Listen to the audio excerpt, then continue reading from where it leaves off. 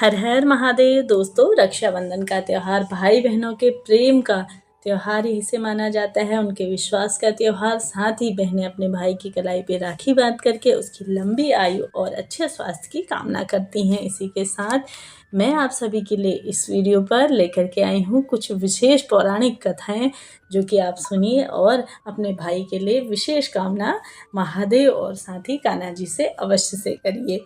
तो जैसा कि एक समय की बात है, एक नगर में एक साहूकार रहता था। उसके 3 पुत्र और 3 बहुएं थी। साहूकार की सबसे छोटी बहू बहुत ही सुशील संस्कारी थी। इसके साथ ही वह भगवान कृष्ण की परम भक्त थी। सावन के महीने में साहूकार की दोनों बड़ी बहुएं अपने अपने पीहर जाने की तैयारी करने लगी। वे सुबह उठकर घर का सारा काम करने लगी। छोटी बहू ने पूछा, क्या बात है दीदी, आप दोनों इतनी जल्दी जल्दी क्यों काम कर रहे हो?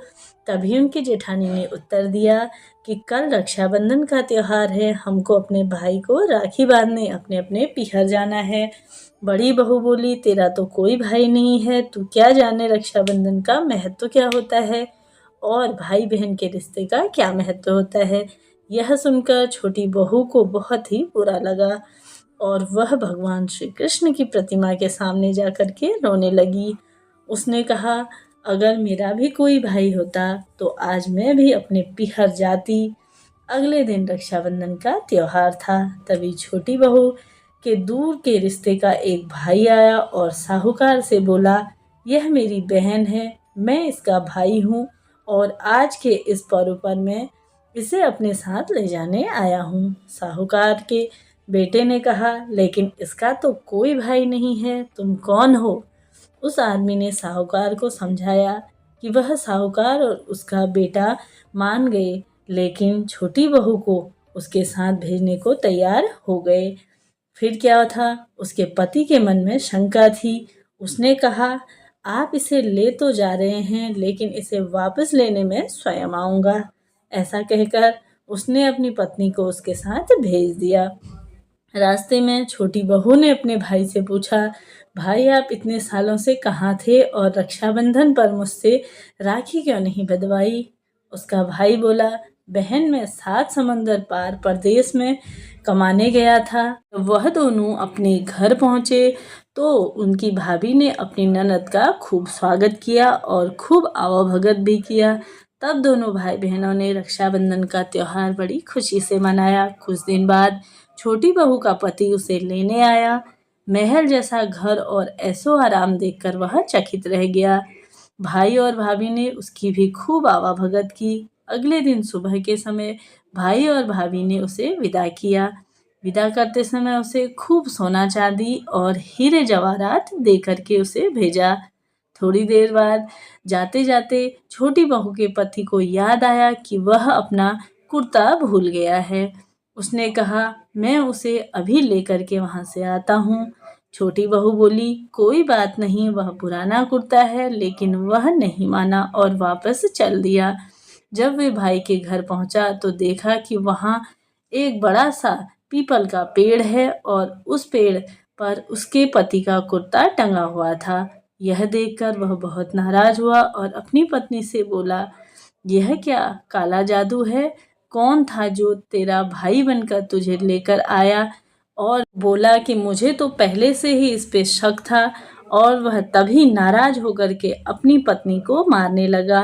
तभी श्री कृष्ण जी वहाँ पर प्रकट हुए और बोले, मत मारो इसे, यह तो मेरी बहन है। इस साल रक्षाबंधन पर यह मुझे राखी बांधने आई थी और अब मैंने इसका भाई होने का फर्ज निभाया है।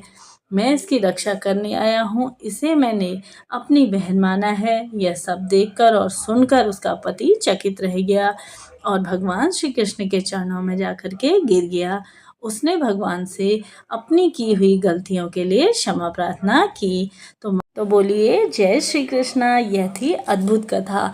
अब पढ़ते हैं हम दूसरी कथा। आप भी सर्वप्रथम रक्षाबंधन मनाते समय सबसे पहले कान्हा जी, गणेश जी या महादेव, जिन्हें भी आप भाई स्वरूप में मानते हैं, सबसे पहले अपने भाई को राखी बांधने से पहले उन्हें अवश्य से ही राखी समर्पित करें। अगली कथा कुछ इस प्रकार है। जब असुर राजा बलि दान धर्म से खुश होकर भगवान कृष्ण ने उनको वरदान मांगने को कहा, तो राजा बलि ने विष्णु भगवान से अपने साथ पाताल लोक में चलने को कहा और उनके साथ वहीं रह जाने का वरदान मांगा। तब विष्णु भगवान उनके साथ बैकुंठ धाम को छोड़कर पाताल लोक चले गए। बैकुंठ में माता लक्ष्मी अकेली पड़ गई। भगवान विष्णु को पाताल लोक से वैकुंठ लाने के लिए माता लक्ष्मी ने अनेक प्रयास करे। फिर एक दिन माँ लक्ष्मी राजा बलि के यहाँ एक गरीब महिला का रूप धारण करके रहने लगी। जब माँ एक दिन रोने लगी, तब राजा बलि ने उससे पूछा कि आप क्यों रो रही हो? तो माता लक्ष्मी ने बताया कि उनका कोई भाई नहीं है, इसलिए वह उदास हैं। ऐसे में राजा बलि ने उनका भाई बनकर उनकी इच्छा पूरी करने के लिए कहा और राजा से माता लक्ष्मी ने बोला कि आप अपनी कलाई पर मुझसे रक्षा सूत्र बंधवा लीजिए।